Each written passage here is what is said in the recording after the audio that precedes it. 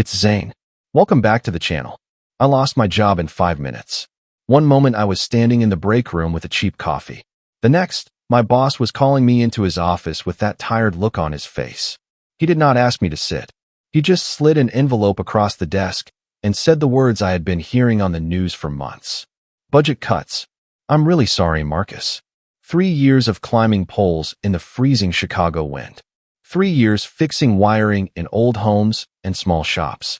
Gone with one handshake and a thin white envelope. I walked out of that building with my final check in my hand and nowhere to go. I was 29, and that day I became another number on someone's spreadsheet. The worst part was not losing the job. It was the calls after. My grandmother picked up on the second ring like she always does. Her voice sounded tired and thin. She had just come back from another doctor's appointment. More insulin. More test strips. More pills. More bills. How's work, Joe? She asked, using the nickname she gave me when I was a kid. Good, I lied. Busy. I'll send money next week like always. Okay, baby. Don't work too hard. When I hung up, I opened my banking app. $472. Rent was due in 6 days. Close to midnight, my sister Sarah texted. Can you send $300 for textbooks? They're holding my schedule. She was in nursing school. Nursing school does not wait. I stared at the message for a long time before I typed back. Yeah, I'll make it work. I did not tell either of them I was out of work. I had no idea how I was supposed to make any of it work. That week I applied for 19 jobs. Electrician work, construction, maintenance. Anything where I could use my hands and not sit behind a desk. I got 2 callbacks. One offered $12 an hour with no benefits. The other wanted 5 years commercial experience. I had 3 years residential. Close but not close enough. By the 4th day, my chest felt tight all the time.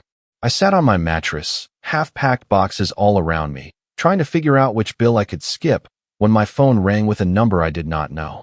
Marcus Hayes speaking. Hello, Marcus. This is Sarah from Premium Staffing Solutions, a woman said, sharp and professional. We received your application for maintenance roles. I have something a bit different, but the pay is excellent. My heart sped up. What kind of job? Live-in care assistant for a private client, full-time. Room and board included. She named a number for the salary. It was almost 3 times what I had been making on the lines. What's the catch? The client is particular, she said after a short pause. Previous assistants have not worked out. How many? That is not important. What matters is that you are available and can start right away. Can you? I thought about my grandmother's medicine, my sister's textbooks, my empty bank account. Yes, I can start tomorrow. When you are desperate, you do not ask enough questions. You just grab what is in front of you and hope it does not fall apart. The next morning, I shoved everything I owned into 2 duffel bags. Work boots, jeans, a few shirts, the old rosary my grandmother gave me when I turned 18. I tossed them in the back seat of my beat-up Honda and drove north out of the city. The address took me almost an hour outside Chicago, to one of those places where the houses have gates and the streets have names instead of numbers. The gate in front of this one was solid iron, higher than my head. I pressed the call button. A camera above the gate turned and stared at my car. No one spoke, but a second later the gate rolled open. The driveway curved through tall oak trees. At the end was a stone house that looked like it belonged in a movie. Tall windows. Perfect roof line. Everything neat and quiet and expensive. My Honda looked like it did not belong next to the black Mercedes parked in front. The front door opened before I could knock.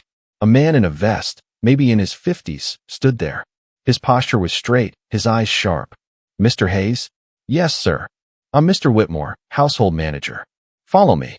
As soon as I stepped inside, he handed me a tablet. A contract was already open. Confidentiality agreement. Living terms. Work hours. Daily duties. My brain only caught parts. Care assistance. Medication reminders. Physical support. Light cooking. The client's name is Miss Victoria, he said. She has very clear expectations. Is she sick? He checked his watch instead of answering. Sign at the bottom. We can discuss details later. I signed with my finger. The house echoed with every step. Dark wood floors. Pale walls. Art on the walls that probably cost more than my car. He showed me my room. Small, but clean, like a hotel. Twin bed, desk, tiny bathroom. Then he handed me a printed schedule. Breakfast at 8. Medication at 9, 12, and 6. Physical therapy at 10 and 3. Lights out by 10. Miss Victoria likes routine. What does she need help with exactly? She will show you herself, he said. I have a meeting in the city. I will return tomorrow. Then he left. The front door closed. The house went still. I stood there in the quiet hallway holding the schedule. No TV. No music. Just the low hum of the heat. Okay, I muttered. Time to meet the boss. The east wing had floor-to-ceiling windows that looked out over a frozen garden. Bare branches. Gray sky. Old snow. She sat there in a wheelchair, back straight, a journal open on her lap. She was younger than I expected, maybe 33. Dark hair pulled back tight. Pale face, sharp cheekbones. When she looked up, her eyes were careful and cold, like she was measuring me. Another one, she said softly, more to herself than to me. Then louder, you must be the latest hire. What is your name? Marcus Hayes, I said. I stayed near the doorway. I'm ready to start whenever you need me. She gave a short, humorless laugh. Start, she said. Most people do not make it through one full day. Nobody has lasted a week living with me in this house. Her voice was calm, but I could hear the challenge under it. She wanted me to flinch, to back up, to look for a way out. I did not. I'm here now, I said. What do you need first? She stared at me for a long moment, like she was deciding if I was worth her time. Then she pointed at the glass of water on the table beside her. Bring me that. I walked over and picked it up. When I held it out, she slapped it out of my hand with a sharp movement. Water splashed across the rug in my boots. She watched my face like she was waiting for a crack. Clean it up. I went to the kitchen, found towels, came back, wiped the floor. She wheeled closer and watched me the whole time. When I finished, I stood and met her eyes. What next? I asked. Lunch, coffee, pills, the rehab room. Every task came with a complaint. The sandwich was wrong. The plate was too cold. The wheelchair angle was off. The way I held her arm during transfers was clumsy. Each time I fixed it without arguing. By dinner, I understood. It was not about the sandwich or the glass of water. She was pushing, testing, waiting to see when I would break and walk out like the others. During her evening pills, she knocked the pill organizer to the floor. Tablets rolled under furniture and across the wood. You are taking too long, she said as I knelt to gather them. You are just like all the others. You will leave soon. They all do. They cannot handle this. They cannot handle me. I picked up the last pill and stood. My knees ached. My back hurt. My mind was full of my grandma, my sister, my empty account. If you want me gone, I said quietly, dismiss me. She blinked. Otherwise, I added, holding her gaze for the first time, I am not leaving. I'll keep doing my job. Something shifted in her eyes for a second. Surprise. Confusion. A tiny crack in the wall she had built around herself. We will see, she said. But she did not dismiss me. That night, I lay on the small bed in my room and stared at the ceiling. My phone lit up with a text from my grandmother asking if I was eating and a goodnight message from Sarah. I told them both I was fine, that I found good work, that I would send money soon. I did not tell them about the tests or the water on the rug or the woman in the wheelchair who seemed determined to make me quit. I just told them everything was okay. And as I closed my eyes in that strange, quiet house, one thought stayed in my mind. She said nobody lasts a week living with her. I planned to prove her wrong. My alarm went off at 6:30 the next morning. For a second, I forgot where I was. The ceiling was too white, the room too quiet. Then I remembered the stone house, the tests, the glass of water on the floor. By 7, I was in the kitchen with the printed schedule in my hand. Someone had written a note at the bottom in neat letters. Coffee at exactly 185 degrees. There was a thermometer on the counter, lined up next to a shiny kettle and a bag of good coffee beans. I filled the kettle, ground the beans, and watched the little red line climb up the thermometer. My heart beat faster like I was cutting a wire on a bomb. When it hit 185, I poured and watched to make sure it did not move. Then I carried the cup to the east wing. Victoria was already awake, sitting up in bed with a tablet in her lap. Her hair was neat, her back straight. She looked like she had not moved all night. I held out the coffee. She took one small sip, set it back on the nightstand, and said, "Too weak. Make it again." "No, please. No, thanks. Just the order." I took the cup back to the kitchen, made it stronger, checked the temperature again, carried it back. She took another sip, nodded once, and went back to her tablet without a word. That was how the next days went. Breakfast was wrong because the eggs were too firm or the toast was too dark. The orange juice was too cold. The napkin was folded the wrong way. The blinds were too low or too high. The window was open too far or not enough. There was always something. Physical therapy was worse. The big ballroom had been turned into a rehab space. Parallel bars, mats, machines. I helped her move from the chair to the padded bench. Her legs did not move at all, so every transfer had to be slow and careful. Her upper body was strong but tight. Her shoulders tensed every time I slid my hands under her arms. "You are doing it wrong," she snapped one morning. "You are going to drop me." "You are safe," I said. "I have you." "You do not understand what you are here for," she said. I adjusted my grip and stayed quiet. She pulled away like she hated that she needed my help, even while she leaned on me. During exercises, she pushed herself until her arms shook. Sweat ran down her neck. She gritted her teeth through each rep. "You are wasting your time," she muttered as I handed her the resistance bands. "This body is not worth fixing." I lowered the band a little to make it easier. "I am not giving up," I said softly. "You are stuck with me." She did not answer, but she did another set. By the third day, I started to notice small things she thought I did not see. When I opened her nightstand drawer to get her evening pills, I saw a framed photo inside. A younger version of her stood tall in a dark suit, smiling at the camera. Her arm was around a man in an expensive watch. Behind them was a big company logo. They looked powerful and sure of themselves. Dust had gathered on the frame. She had not thrown it away, but she had not cleaned it either. Every few days I heard her on the phone down the hall. "No, I do not need visitors," she would say. "I am fine. I do not want people seeing me like this." A pause. "I have to go." Then the call would end and the house would go quiet again. On the fourth day, I was in the laundry room folding towels when I heard her voice through the half-open door. This time it sounded different. Softer. "I know you are worried," she said, "but I do not want people looking at me the way he did, like I am broken." The words hit something in my chest. I stood still, holding a towel in my hands. When the call ended, I waited a minute, then walked out like I had not heard a thing. She was by the window again, staring out at the frozen garden. Her journal was closed in her lap. That night in my room, curiosity finally won. I sat on the edge of the bed, pulled out my phone, and typed her name into the search bar. Victoria Caldwell. Articles filled the screen. Tech magazines, business blogs, news sites. She had built a cybersecurity company from nothing, the story said. College dropout. Self-taught. Worked from a small apartment until she could not fit any more computers inside. Sold her first software to a major bank. Hired a small team. Turned it into a billion-dollar company in less than 10 years. There were pictures of her on stages, speaking at conferences, standing behind podiums, cutting ribbons. In almost all of them, the same man from the nightstand photo stood by her side. Then the headlines changed. Skiing accident in Colorado. Collision on a black diamond run. Severe spinal cord injury. Doctors said she would never walk again. After that, the news slowed, then stopped. One short piece mentioned a canceled wedding. The engagement has ended, it said. No details. Just that. I thought about my own story. My dad packed a bag one morning and walked out.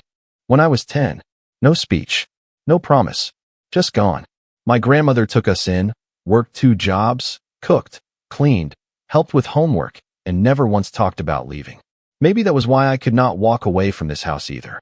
On the 5th day, something cracked during therapy. She was on the bench with small hand weights. Her arms shook. Sweat slid down her face. The weights slipped and hit the mat with a dull thud. "This is pointless," she said. "I am not getting better. Why are we doing this?" She stared at the floor, but I heard what was under the question. "Why are you still here?" I put the weights back on the rack and walked around to face her. I locked the wheels on her chair and crouched so we were eye level. "Because I said I would stay," I said. "If you want me to go, you can tell me. But until then, I am here." She looked straight into my face, searching for something, waiting for me to laugh or take it back or say I would leave once I found a better job. I did not. "Everyone leaves eventually," she said. "I am still here," I answered. We stayed like that for a few seconds. Then she turned her head away. "Put the weights back on the shelf," she said. "We are done for today." At dinner that night, the house felt different. Softer somehow. She ate slowly while I stood nearby, ready to clear the plate when she was done. Halfway through the meal, she set down her fork. It happened on a ski slope in Colorado, she said. I looked up. She was staring at the wall, not at me.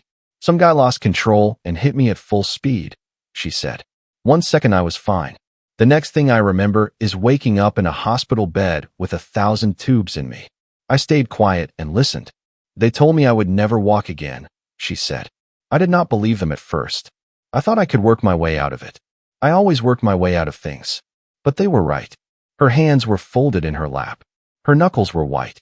Everything changed after that, she went on. The company, my friends, my fiancé. He stayed for 3 months. Then he started coming less. Then he stopped.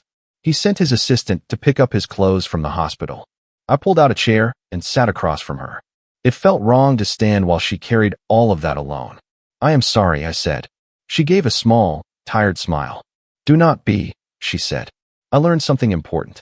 People say they will stay, but when things get hard, they leave. Not everyone, I said.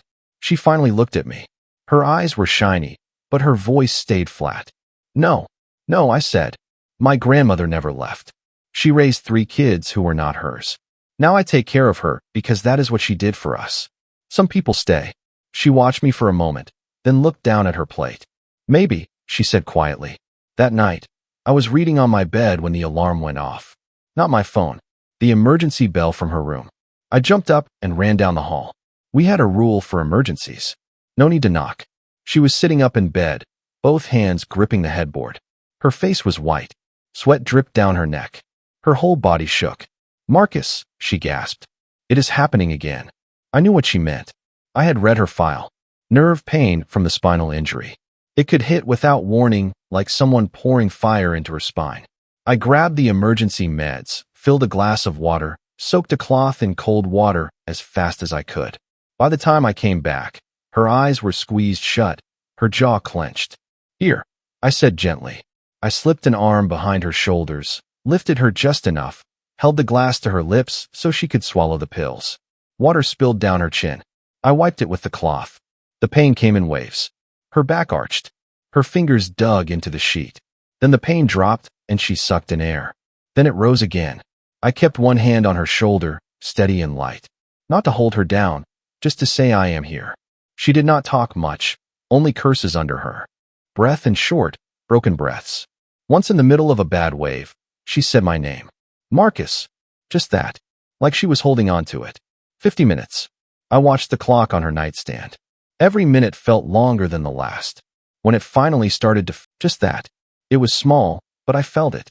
During therapy, she still pushed herself hard, but the sharp edge in her voice was softer. When I helped her move from chair to bench, she watched my hands and nodded once instead of snapping at me. You can lift under my shoulders, she said calmly. Just keep my back straight. Got it, I said. In the afternoon, while I adjusted the blinds in the sunroom, she surprised me. How long were you an electrician? She asked. 3 years, I said. Do you miss it? Sometimes, I said. I miss fixing something broken and watching the lights come on. She went quiet, like that hit closer than I meant it to. Later that day, she asked another question.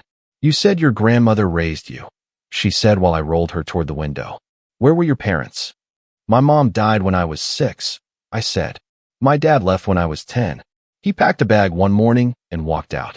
My grandma took us in. She stared out at the frozen garden. And she stayed, she said.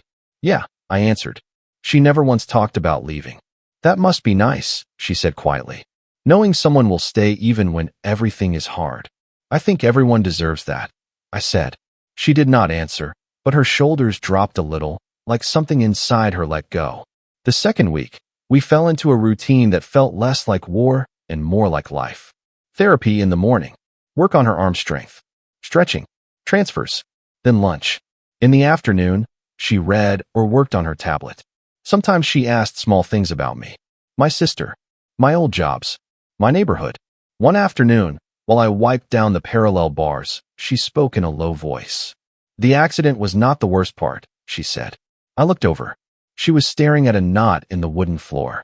The worst part was waking up and realizing my whole life moved on without me, she said. The company found a new CEO. My friend stopped calling. My fiancé disappeared. She let out a slow breath. At first he came every day, she said. sat by my bed, brought flowers, talked about how we would get through it. Then it was every few days. Then once a week. Then his assistant came to pick up his clothes from my apartment. He did not even say goodbye himself.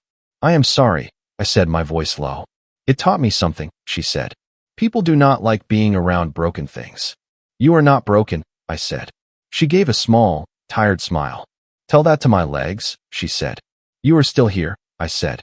You are still fighting. That is not broken. That is strong. She did not look at me, but I saw her jaw clench like she was holding back something. The third week, my phone rang late one night as I was wiping down the kitchen counters. Sarah. Hey, I said. You okay? Her voice shook. It's Grandma, she said.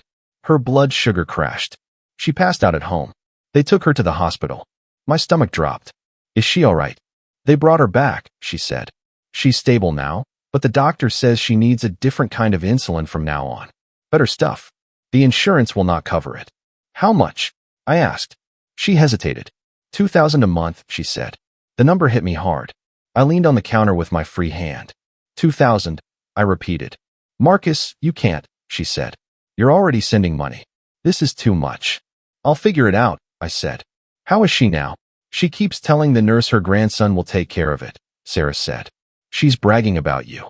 A laugh came out of me, but it was thin. Yeah, that sounds like her.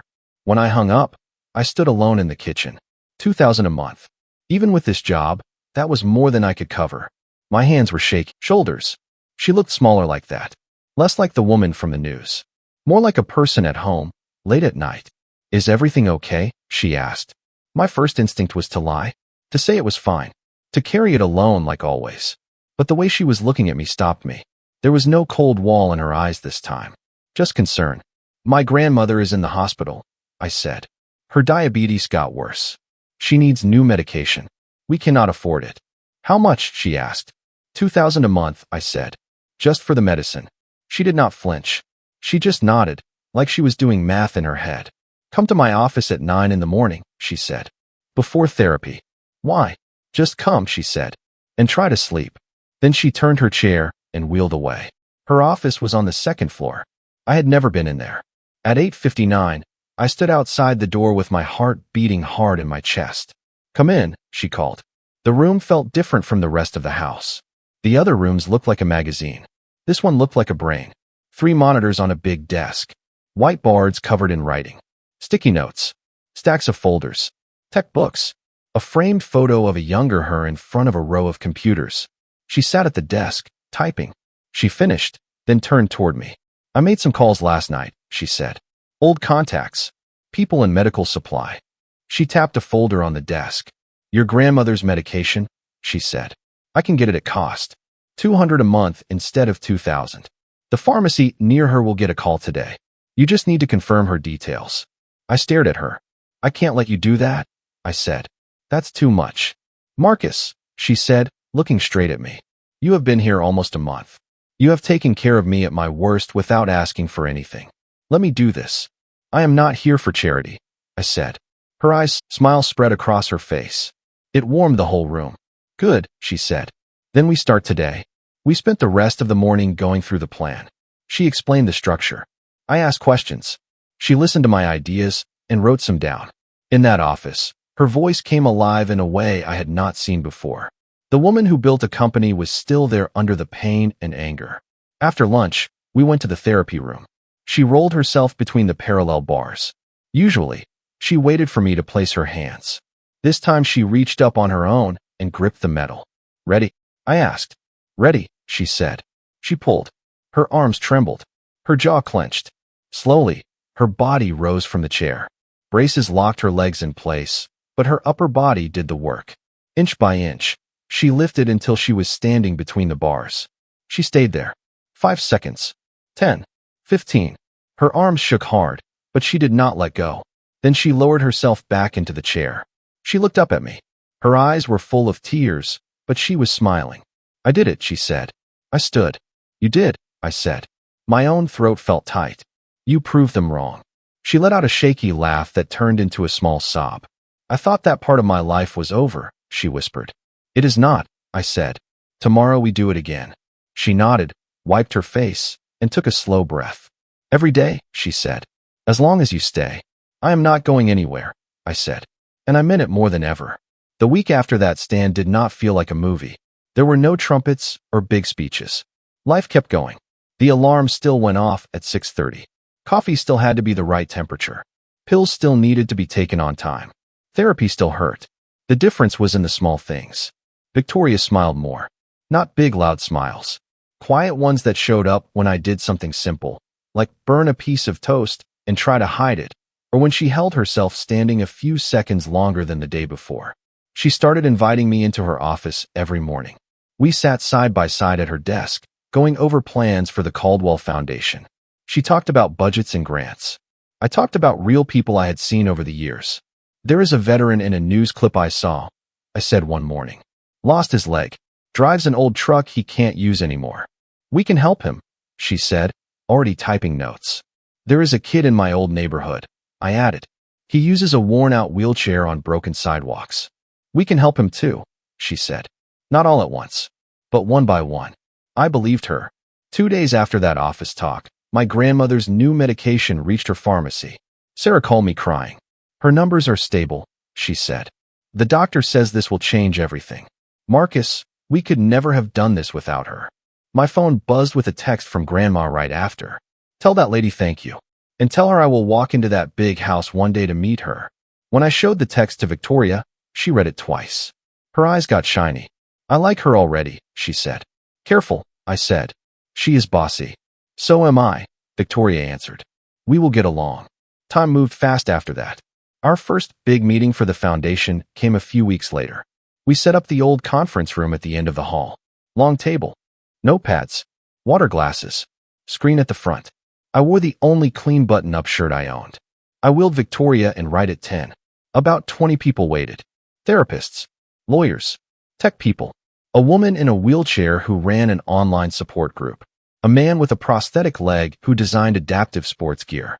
They went quiet when she entered. I saw doubt on some faces, hope on others. Then Victoria started talking. She did not read from the paper.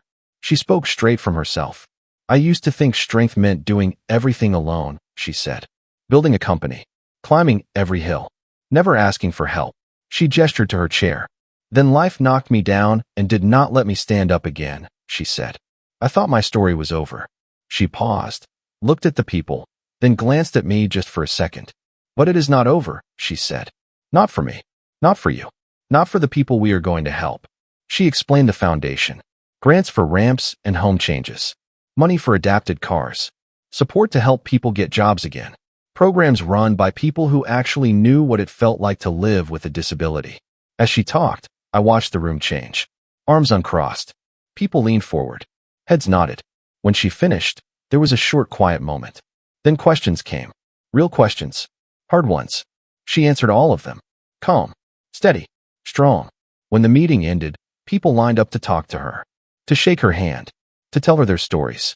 She listened to each one like they were the only person in the room. I stood at the side, handing out folders, taking names, setting follow-up calls. Sometimes I caught her eyes on me. There was pride there. In what we were building. In us. After the last person left, the conference room felt huge and empty again. We did it, she said. You did it, I said. She shook her head. Partners, remember? She said. She held out her hand. Not as a patient. As an equal. Partners, I said, taking it. A few weeks later, on a gray Saturday, I drove into the city to pick up my grandmother and Sarah. I had told them about Victoria. Not all of it, but enough. That she was strong. That she was the reason we were standing on solid ground. My grandmother walked out of the hospital slowly with her cane.